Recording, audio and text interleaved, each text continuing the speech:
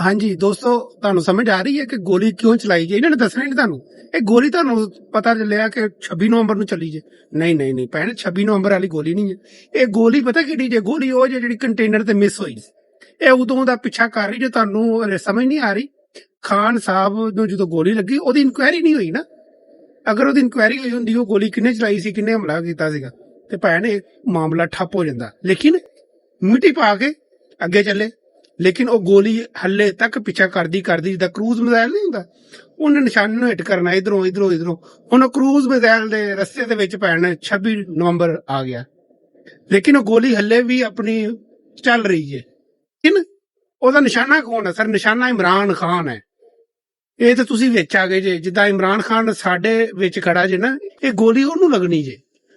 ਇਹ ਹੁਣ ਬਚਾਉਣਾ ਅਸੀਂ ਆ ਭੈਣ, ਲੇਕਿਨ ਇਹਨਾਂ ਨੇ ਤੁਹਾਨੂੰ ਦੱਸਣਾ ਨਹੀਂ ਗੋਲੀ ਕਿਉਂ ਚਲਾਈ। ਮੈਂ ਤੁਹਾਨੂੰ ਦੱਸ ਦਿੱਤਾ ਜੇ ਗੋਲੀ ਕਿਉਂ ਚਲਾਈ ਜੇ। ਇਮਰਾਨ ਖਾਨ ਤੁਹਾਡੇ ਲਈ ਖੜਾ ਹੋਇਆ, ਉਹਨੂੰ ਅੰਦਰ ਕਰਤਾ, ਤੁਸੀਂ ਉਹਦੇ ਵਾਸਤੇ ਖੜੇ ਹੋਏ, ਤੁਹਾਨੂੰ ਗੋਲੀਆਂ ਮਾਰੀਆਂ। ਔਰ ਇਹਨਾਂ ਨੇ ਹੱਲੇ ਪਤਾ ਨਹੀਂ ਕੀ ਕੁਛ ਕੀਤਾ ਜੇ ਚੋਰੀ। ਹੱਲੇ ਬੜਾ ਗੰਦ ਪਾਇਆ ਜੇ। ਮੈਂ ਦੇਖ ਕੇ ਹੈਰਾਨ ਹੋ ਗਿਆ ਵੀ ਸਾਡਾ ਆਰਮੀ ਚੀਫ ਨਹੀਂ ਜੇ, CEO ਜੇ ਭੈਣ।